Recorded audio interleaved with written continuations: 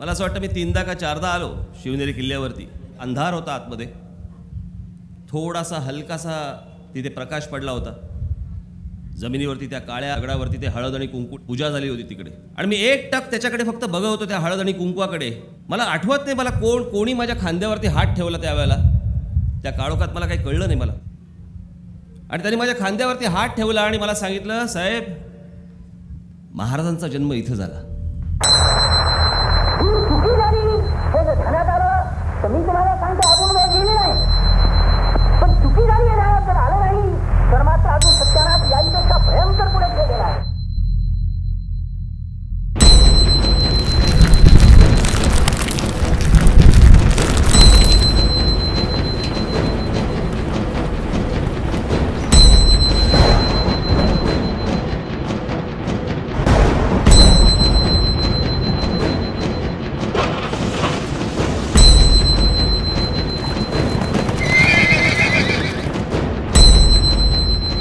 जे सांगायचंय, जे म्हणायचंय ते स्पष्टपणे समोर म्हणायचं.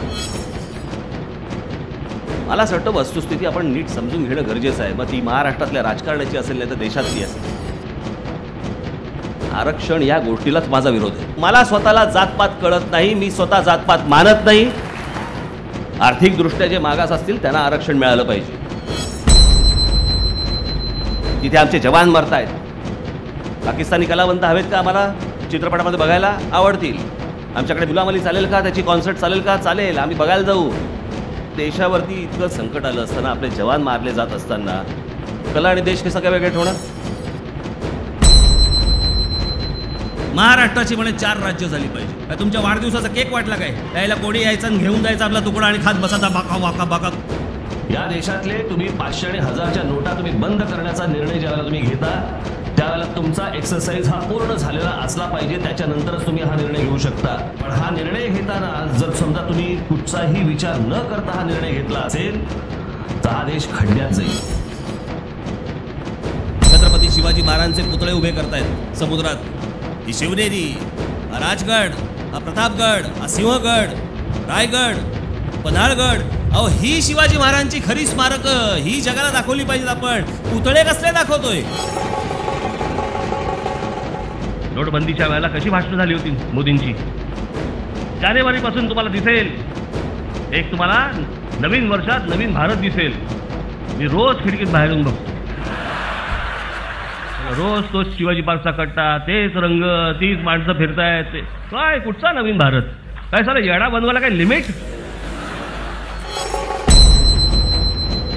राज ठाकरेकडनं काय होतं, आम्हाला खूप अपेक्षा होत्या पण त्या पूर्ण नाही झाल्या. दिलं काय हातात, जे दिलं त्या नाशिकमध्ये जाऊन आजही बघा तुम्ही.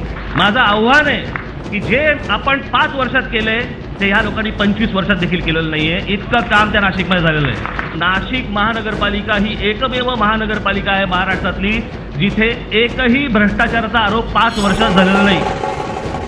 महाराष्ट्र नवनिर्माण सेनेने हातामध्ये घेतलेलं मला एक आंदोलन दाखवायचं जे अर्धवट सोडलं.